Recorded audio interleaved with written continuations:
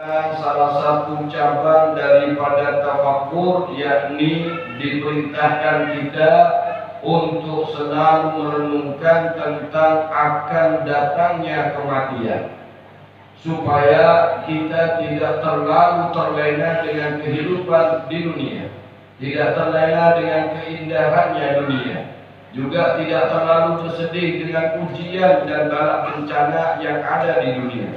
Karena segala sesuatu yang terjadi di muka bumi ini akan berubah. Tidak ada yang kekal, tidak ada yang abadi.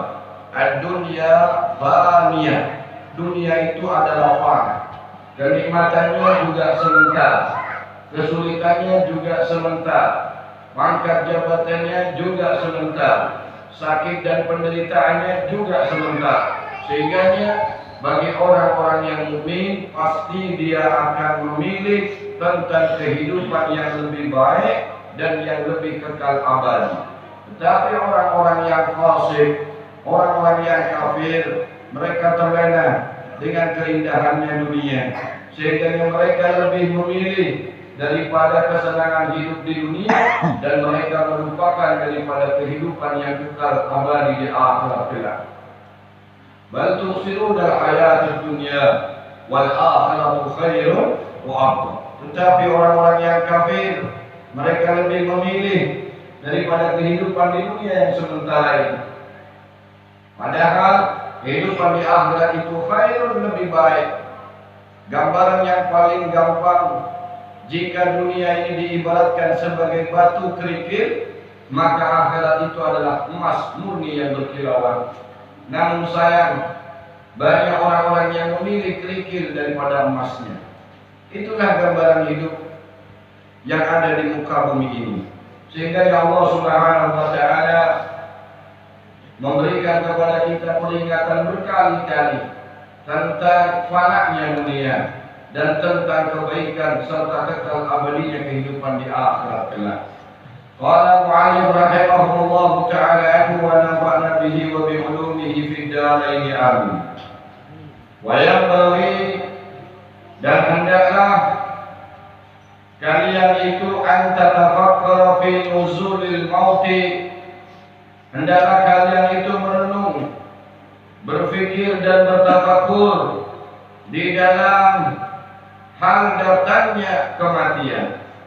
Disuruhnya kita itu mengingat akan kematian, karena sesungguhnya kematian itu bukanlah akhir dari segala-galanya, tetapi justru kematian itu adalah awal dari semua kejadian-kejadian yang bersifat ukhrawiyah.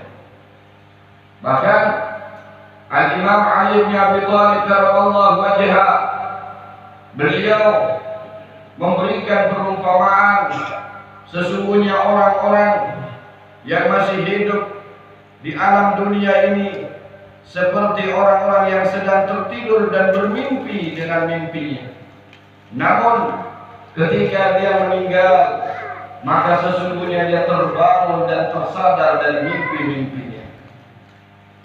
Kita ada yang bermimpi menjadi orang yang kaya, ada di antara kita yang bermimpi menjadi seorang yang memiliki pangkat, derajat dan keutamaan.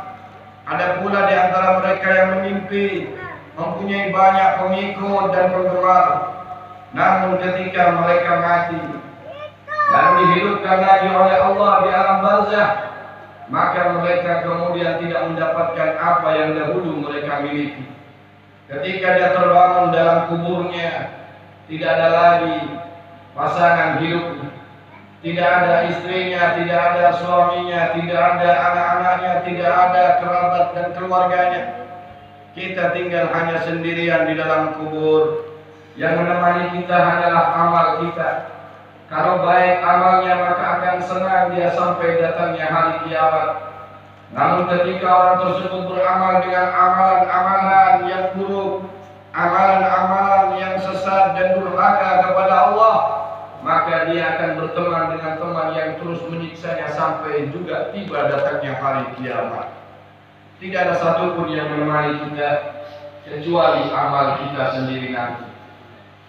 Dia akan terjaga dari tidurnya, dia terbangun dari mimpi panjangnya, yang dahulunya memiliki banyak pengikut namun tidak ada satu pun yang mau menyertainya dalam kuburnya.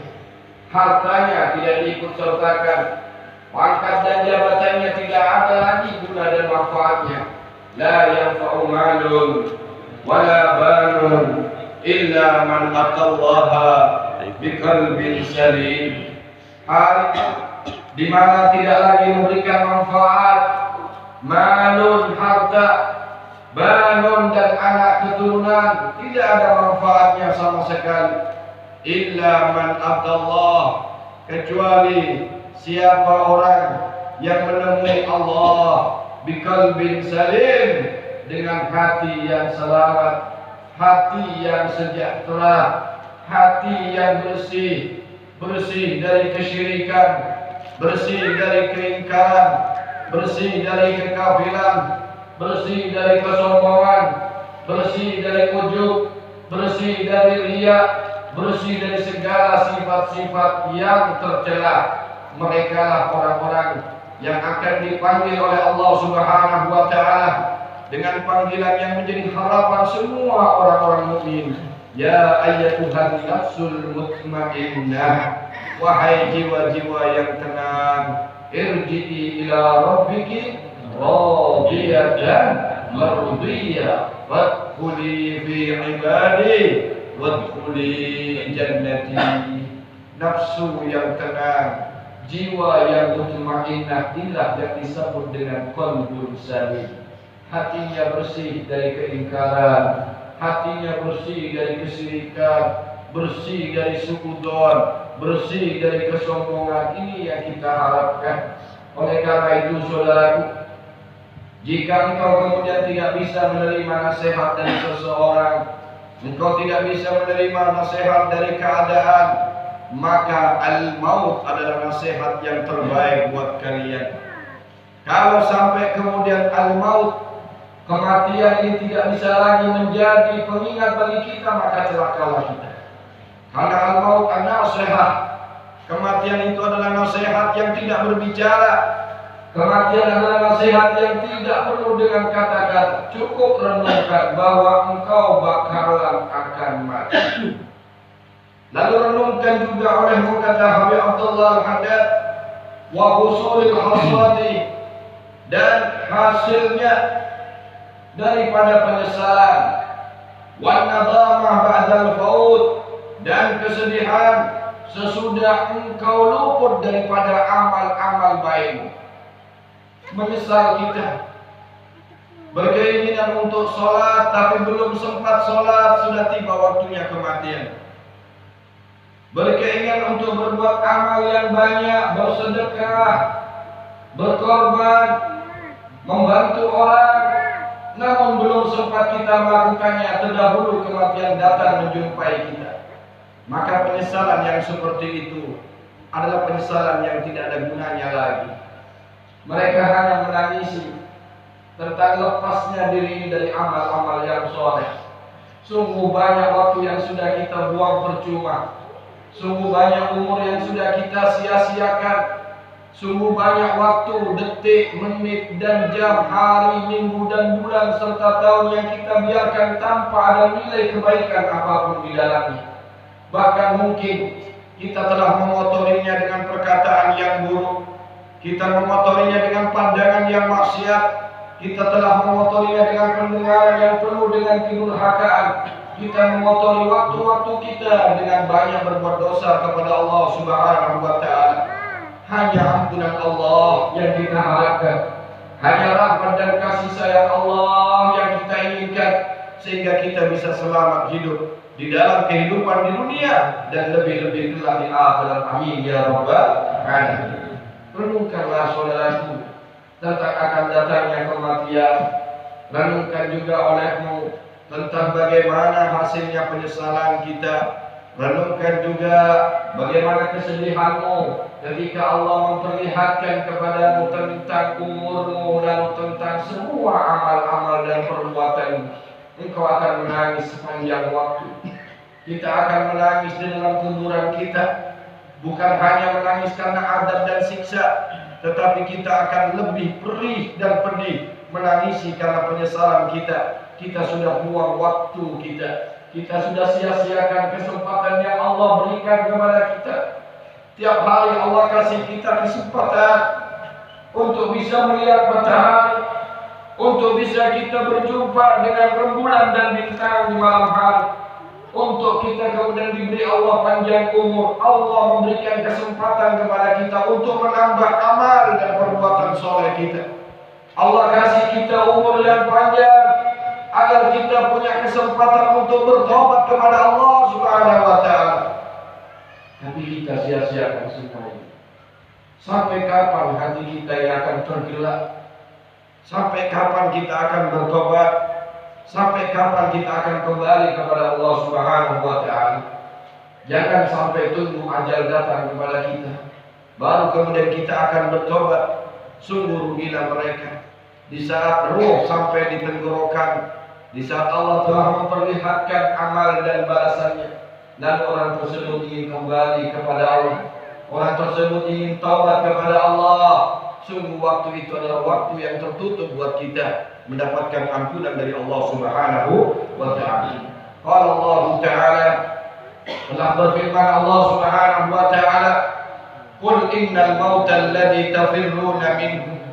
Katakanlah, sesungguhnya kematian yang kalian lari daripadanya, fa innahu mulaqikum, maka sesungguhnya kematian itu akan datang menemui kalian. Tsumma turadduna ila alimil ghaibi wasyahada, lalu kamu akan digiring untuk berjumpa dengan Allah Subhanahu wa taala yang Maha mengetahui yang gaib dan yang nyata. Wa yunabbi'ukum bima kuntum ta'malun, lalu ditampakkan kepada kalian tentang apa-apa yang telah kalian perbuat selama hidup di muka bumi ini. Disitulah saudaraku, ada dua golongan orang yang menemui Allah. Ada mereka yang berjumpa dengan Allah dalam keadaan tersenyum, wajahnya ceria berseri-seri karena dia mendapati amal-amal kebaikannya dan Allah pun ridho kepadanya. Sebagian golongan lagi, mereka tertunduk lesu dengan penyesalan, dengan kesedihan, dengan kehinaan, karena mereka mendapati amal-amal dosa dan kedurhakaannya dan Allah murka kepadanya. Na'udzubillahi min dzalik. Kematian pasti akan menjumpai kita. Seperti apapun kita mempertahankannya. Kumpulkan semua dokter-dokter yang ahli. Mungkin dia bisa mengobati penyakit, tapi dia tidak bisa lagi menunda akan datangnya kematian. Kumpulkan sanak dan kerabat untuk membantu kita.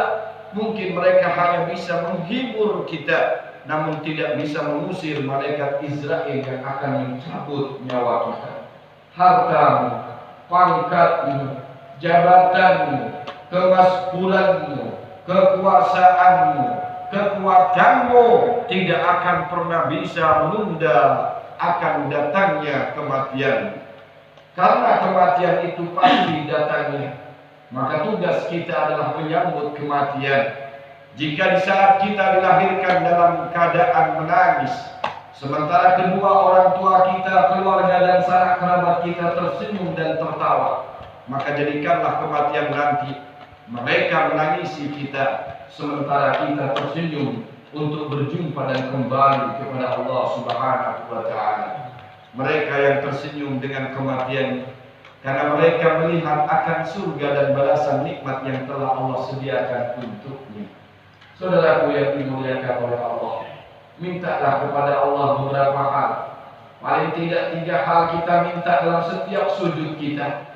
Yang pertama, minta kepada Allah Subhanahu wa taala, ya mukallibal qulub, tsabbit qalbi ala dinika wa bi ta'atika. Minta kepada Allah agar Allah memberikan ketetapan, keteguhan dalam hati kita sampai kita berjumpa dengan Allah Subhanahu wa taala tetap dengan keimanan dan keislaman. Mintalah kepada Allah Subhanahu wa taala. Kedua, mintalah kepada Allah Subhanahu wa taala agar Allah memberikan kesempatan kepada kita bertobat dengan taubatan nasuha sebelum kita meninggal dunia. Aku memohon kepadamu, kami minta taubat nasuh ya Allah sebelum datangnya kematian. Yang ketiga, mintalah dalam sujud kita, Allahumma inni as'aluka bi husnil khatimah wa a'udzu bika min su'il khatimah. Minta kepada Allah, ya Allah, aku mohon kepadamu kematian yang husnul khatimah, dan aku berlindung kepadamu dari kematian yang su'ul khatimah. Kematian yang husnul khatimah adalah kematian yang ketika kita dicabut nyawa oleh malaikat Israel, lisan kita, pikiran kita, hati kita tiada henti-hentinya mengucapkan kalimat tauhid, kalimat la ilaha illallah. Baginda Nabi sallallahu alaihi wasallam bersabda, siapa orang yang di awal hidupnya dan di akhir hidupnya mengucapkan kalimat la ilaha illallah, dakhalal jannah, maka orang tersebut pasti akan masuk dalam surganya Allah Subhanahu wa ta'ala.